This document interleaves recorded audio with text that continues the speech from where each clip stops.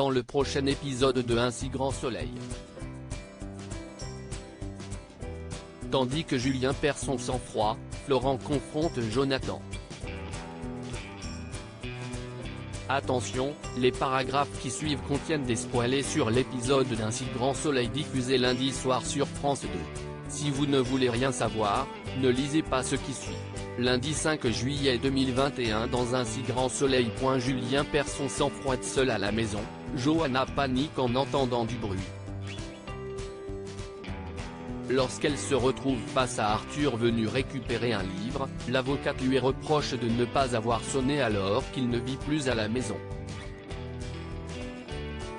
N'appréciant pas le ton employé par sa belle-mère, l'adolescent signale qu'il est encore chez lui avant d'ajouter qu'il n'a pas d'ordre à recevoir d'elle.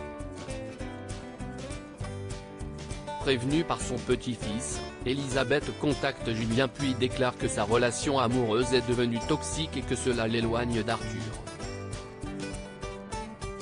Toutefois, Julien coupe court à la conversation en lui raccrochant au nez. De son côté, le procureur Bernier a appris du parquet d'Anvers que le commanditaire de Sacha Mertens est un diamantaire et il souhaite donc perquisitionner chez Gaëtan Baudry dans l'espoir de le coincer avant qu'il ne fasse disparaître les preuves. Seulement, le commissaire Becker veut être quant à lui certain que Baudry est bien leur homme afin d'éviter de faire fuir les véritables coupables. Peu après, le capitaine Léonie met Gaëtan sous surveillance et laisse 2 jours à ses équipes pour éplucher la vie du suspect. Non loin de là, Gaëtan raccompagne Johanna chez elle car sa voiture est en révision.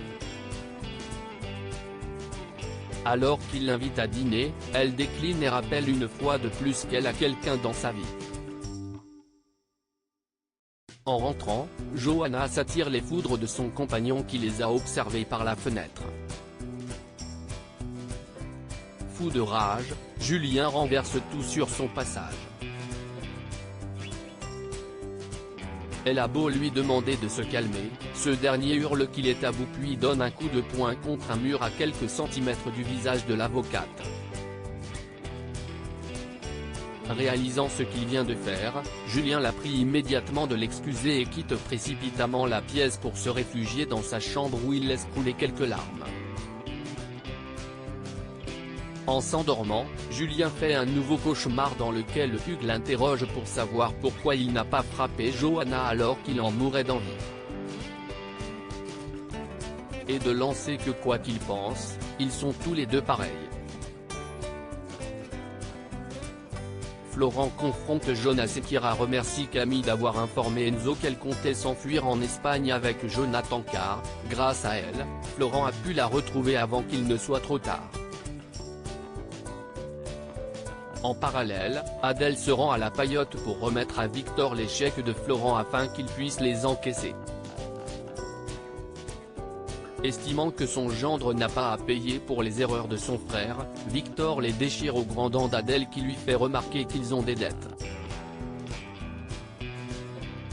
En colère, elle blâme son compagnon qui, selon elle, délaisse l'Oliveraie et se désintéresse de sa famille.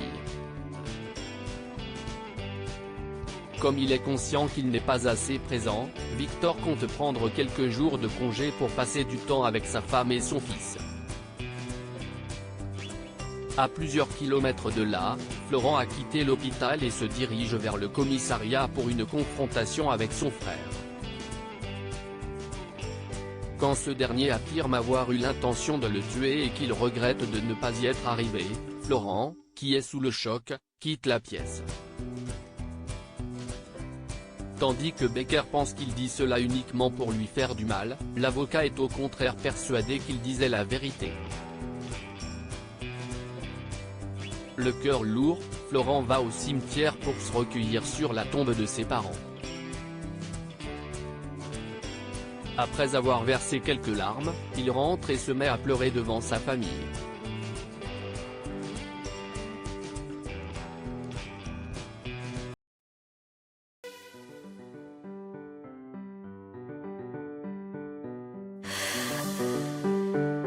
The man I